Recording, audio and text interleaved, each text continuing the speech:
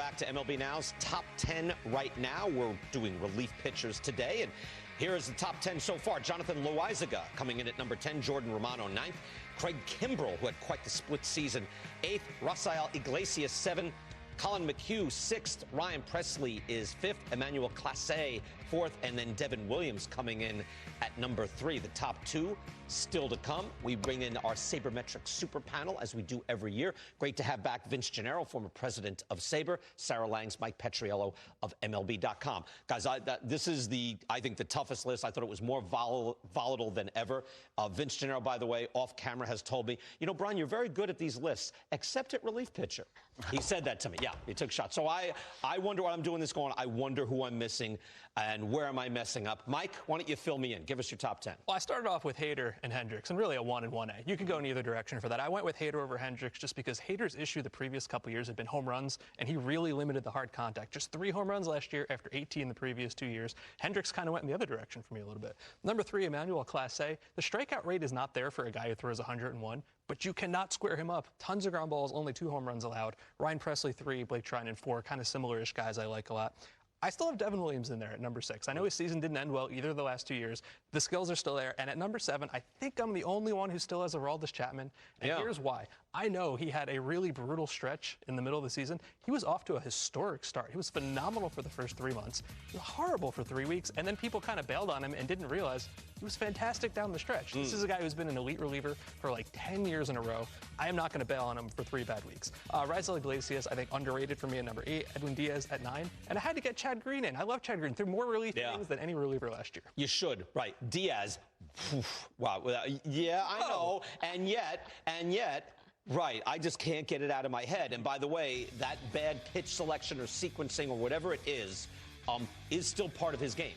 What?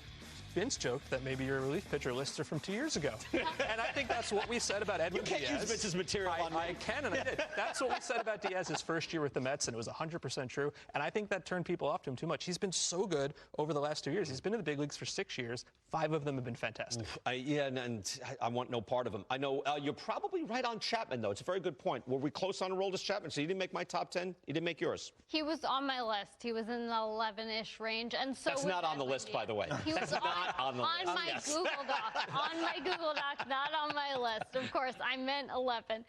But no, he was close. I mean, what I love about relievers, obviously, you mentioned the volatility. But the really fun thing with relievers is you get a chance to kind of showcase maybe even just one pitch. And I think that gives us a lot of chances to really, you know, take a chance on a guy. Like, I had Luke Jackson. Nobody else had him. He has this outstanding slider.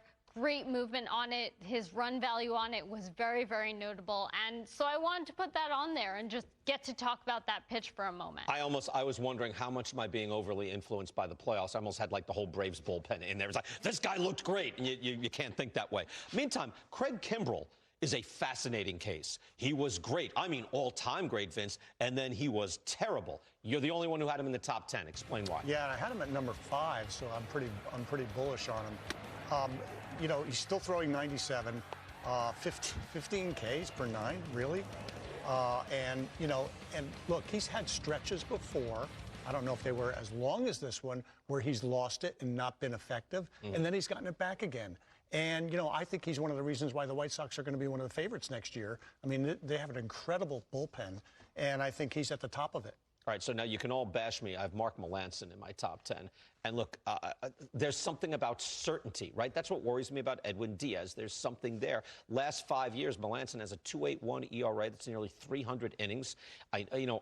I'm the guy who argues against saves, but there's something about the certainty of working the 9th inning and getting 3 outs. He's one of the best at that. He is. I do feel like you're buying saves, though, right? Like, if not for saves, he's good. I don't want to say he's not good. I would say 9th inning certainty. I don't think I could put him, like, I like kind of some of the breakout guys. Like, Paul Sewell almost made my list. Aaron Bummer is actually really close to make my list. Right. These guys, maybe Sewell, aren't necessarily getting the saves.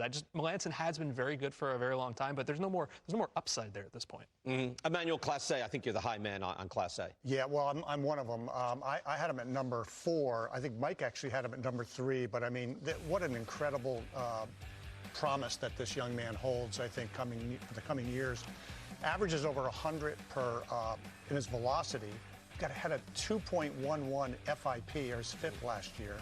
And he gets lots of chases out of the zone and basically not a lot of contact on those chases. And to add to all that, he's got a 68% ground ball rate. So when they do make contact, and also they make a lot of weak contact off him. So he's got the formula to really ascend up this list. And you had Jonathan Loizaga on your list, but Sarah has him in at number 5. So you're the high person on Loizaga. Explain. Yeah, I mean, again, it was kind of emphasizing a pitch thing. I mean, I really like his curveball, 0.98 batting average against it, and 0.90 expected batting average, so it was doing exactly what it was supposed to be doing. And, you know, I think it's really fun that we have a lot of guys who are not ninth-inning guys, the opposite of what you're saying, but these eighth-inning and seventh-inning guys who come out with one pitch and really dominate with that, and sometimes get a chance to pitch in the ninth, as Loizaga did kind of towards the middle of the season. Right. You know, look, I know I'm losing my mind, but I've seen there's so many guys now with outrageous numbers, right? The strikeouts to walks, like it's crazy, in low leverage. There's a difference between low leverage and high leverage in the real world. There is. It's not just save-centric. There is that.